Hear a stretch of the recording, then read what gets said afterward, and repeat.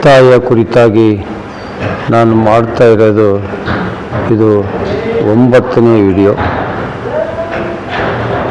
ತಾಯಿ ಮಕ್ಕಳಿಗಾಗಿ ಅವರು ಮಾಡ್ತಕ್ಕಂಥ ಒಂದು ಚಿಂತನೆಯನ್ನು ನಾವು ಮಕ್ಕಳಾದವರು ಅವರು ಮುಂದಿನ ದಿನಮಾನದಲ್ಲಿ ಬಹಳಷ್ಟು ಚಿಂತನೆ ಮಾಡಬೇಕಾಗ್ತದೆ.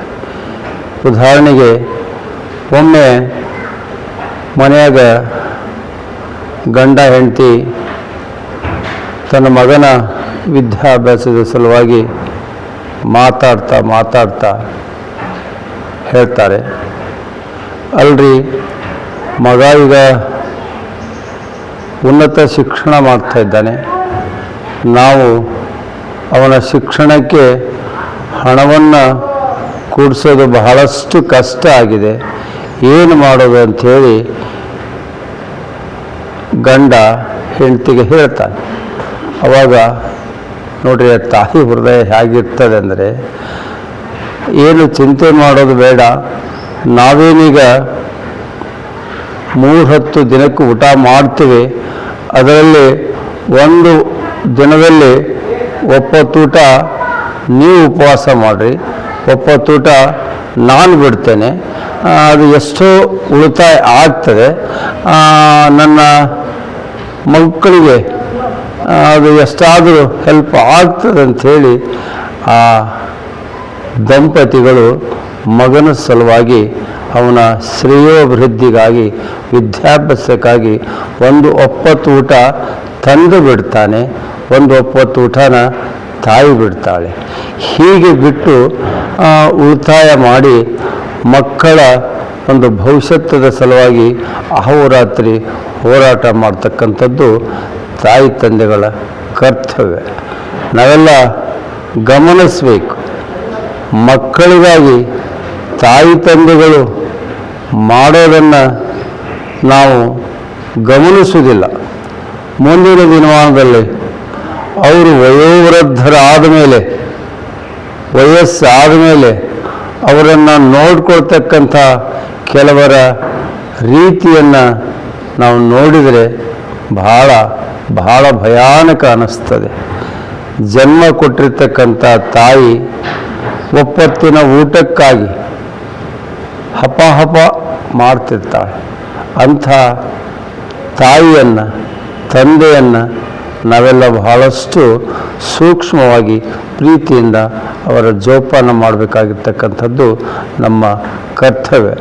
ಈಗ ಉದಾಹರಣೆ, ನನಗೆ ಜನ್ಮ ಕೊಟ್ಟಿರ್ತಕ್ಕಂಥ ತಾಯಿ ನನಗೇನು ಪ್ರೀತಿ ಕೊಟ್ಟವಳೆ ಅದನ್ನೇ ಸ್ವಲ್ಪ ನಿಮ್ಮ ಜೊತೆ ಈ ದಿನ ಹಂಚಿಕೊಳ್ಳೋದಾದರೆ, ನಾನು ಯಾವಾಗಾದರೂ ನನ್ನ ಹೆತ್ತಮ್ಮನ ಊರಿಗೆ ಹೋಗ್ತಿದ್ದೆ, ಹೋದಾಗ ಅಲ್ಲಿ ಹೊರಗೆ ಮಲ್ಕೊಳ್ತಕ್ಕಂಥ ರೂಢಿ ನನಗೆ, ನಾನು ಅಲ್ಲಿ ಹೊರಗೆ ಮಲ್ಕೊತಿದ್ದೆ.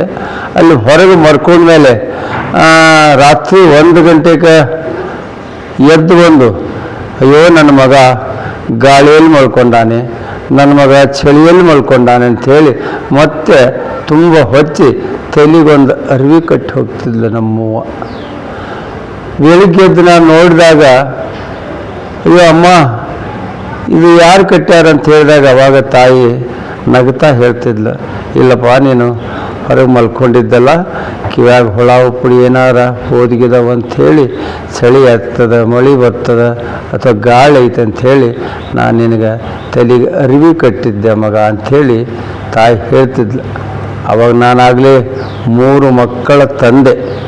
ನಾನು 3 ಮಕ್ಕಳ ತಂದೆ ಆದರೂ ಕೂಡ ನನ್ನ ತಾಯಿ ನನಗೆ ಕೊಟ್ಟಿರ್ತಕ್ಕಂಥ ಆ ತಾಯಿ ಪ್ರೀತಿ ಅದನ್ನು ಹೇಳಲು ಅಸಾಧ್ಯ.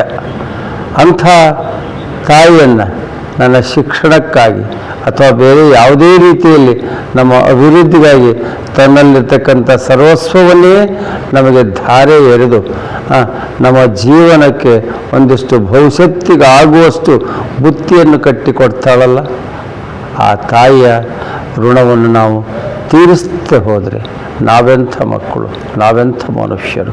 ಅದಕ್ಕೆ ದಯವಿಟ್ಟು ತಾಯಿ ಅಂದರೆ ಬಹಳ ಬೆಲೆ ಬಾಳ್ತಕ್ಕಂಥ ವಸ್ತು ಅದು. ಅವಳಿಗೆ ಬೆಲೆ ಕಟ್ಟಲಿಕ್ಕೆ ಸಾಧ್ಯನೇ ಇಲ್ಲ. ಅಂಥ ತಾಯಿ ಅವಳು ಇಳಿ ವಯಸ್ಸಿನಲ್ಲಿ ಅವಳಿಗೆ ಬಹಳಷ್ಟು ತೊಂದರೆ ಆದಾಗ ನಾವು ಆಸರೆ ಆಗಬೇಕಾಗ್ತದೆ. ಈಗ ಅವಳು ನಮಗೆ ಎಲ್ಲಾದರೂ ಹೊರಗೆ ಹೋದರೆ ನಮಗೆ ದೃಷ್ಟಿ ಆದಿತ್ತು ಅಂಥೇಳಿ ನಾನು ಹಿಂದಿನ ವಿಡಿಯೋದಾಗ ಹೇಳ್ದಂಗೆ ಗಲ್ಲಕ್ಕೊಂದು ಕಪ್ಪು ಚುಕ್ಕೆ ಹಚ್ತಾಳೆ.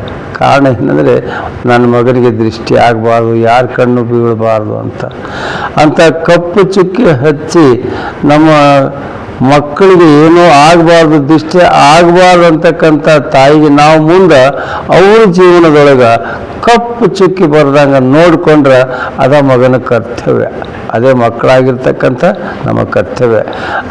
ಎಲ್ಲ ಮಕ್ಕಳು ಹಾಗೆ ಮಾಡ್ತಾರಂತ ನಾನು ಹೇಳೋದಿಲ್ಲ. ಬಹುತೇಕವಾಗಿ ತಾಯಿ ತಂದೆಗಳನ್ನು, ತಾಯಿಯನ್ನು ಕಡೆಗಣಿಸ್ತಕ್ಕಂಥ ನಾವು ಕ್ರಮವನ್ನೇ ನಾವು ಹೆಚ್ಚಾಗಿ ಕಾಣ್ತೇವೆ. ಅದಕ್ಕೆ ಆ ರೀತಿ ಆಗಬಾರ್ದು. ತಾಯಿಯನ್ನು ನಾವು ಬಹಳ ಸೂಕ್ಷ್ಮವಾಗಿ, ಬಹಳಷ್ಟು ಎಚ್ಚರದಿಂದ ಅವಳನ್ನು ಸಾಕಬೇಕು. ಹೇಗೆ ನಾವು ಬಂಗಾರಕ್ಕೆ ಬೆಲೆ ಕೊಡ್ತೇವೆ, ಹಾಗೆ ಜನ್ಮ ಕೊಟ್ಟ ತಾಯಿಗೆ ಬೆಲೆ ಕೊಟ್ಟರೆ ಸಮಾಜದಲ್ಲಿ ನಮಗೊಂದು ಬೆಲೆ ಬರ್ತದೆ ಅಂತಕ್ಕಂಥ ಪ್ರಾರ್ಥನೆ ಈ ಸಂದರ್ಭದಲ್ಲಿ ಮಾಡ್ತಾ ನಾನು ತಾಯಿಯ ಕುರಿತಾಗಿ ಮತ್ತೆ ಮಾತಾಡ್ತೀನಿ. ಈ ವಿಡಿಯೋ ನೋಡ್ತಕ್ಕಂಥ ವೀಕ್ಷಕರು ದಯವಿಟ್ಟು ಸಬ್ಸ್ಕ್ರೈಬ್ ಮಾಡಿರಿ, ಶೇರ್ ಮಾಡಿರಿ, ಲೈಕ್ ಮಾಡಿರಿ ಅನ್ನೋದೇ ನಂದು ವಿಶೇಷವಾಗಿರ್ತಕ್ಕಂಥ ಪ್ರಾರ್ಥನೆ. ತಾಯಿ ಕುರಿತು ನಾನು ಮತ್ತೆ ಮಾತಾಡ್ತೇನೆ.